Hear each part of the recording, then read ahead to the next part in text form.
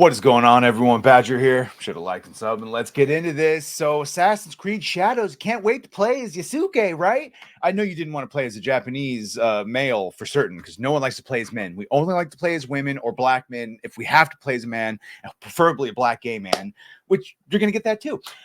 So, here we go. Assassin's Creed Shadows boss admits to being emotionally broken, emotional damage by Elon Musk for criticizing the game's DEI agenda. And yeah, that boss, of course, is Mark Alexis Cote. Cote, that's how I'm going to say it. Not Conte, Cote. Admitted he was emotionally broken after this happened, basically. Ian Miles Chong, say what you want about him. He said, should Ubisoft delay Assassin's Creed Shadows in response to widespread backlash over the game's injection of DEI? The game is so thoroughly woke that it features a black gay protagonist depicted as a real historical samurai in Japan. Offensive beyond belief. No one asked for it. And then here's Elon Musk, DEI kills art. And it does. And that's one of the things we talk about when you got those inclusion standards for the movie theaters, is like, how could you write anything if you have to adhere to all these check boxes of color and sexuality and all these things from the underrepresented groups? And Assassin's Creed, which used to, the worst revisionist history of it, because I played them all, is that they were not historically accurate. The events themselves were, aside from the new, weaving of like, instead of so-and-so doing this historical event, that historical event happened, but they did it because they wanted an ancient bit of technology. Or all it did is reframe people's reasons for doing things in this ancient battle between the Templars and the Assassins. So in an interview with Stephen Toledo, former editor-in-chief at Kotaku, so you should know it there. Here we go. Cote said, detailing how Musk's post emotionally broke him. That tweet generated emotions.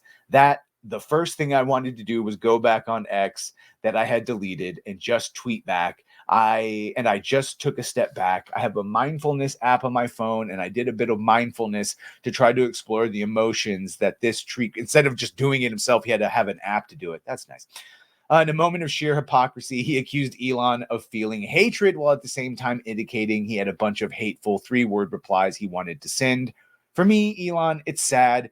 He's just feeding hatred. I had a lot of 3-word replies that came to mind. Nonetheless, Cote continued, by attacking someone like Elon, I will not convince people about our point of view as a team. You're not going to do that either way. And yeah, people are not wanting this. There's plenty of information on Yasuke and obviously Afro Samurai is where they got this from, where he was a sword holder. He never actually did the things you are saying he did. Now, you could say that in the events that he was recorded in history doing, that he was working for the Assassins or the Templars, but you can't just make him have historical events and more importance than he actually had, because they never used to do that before.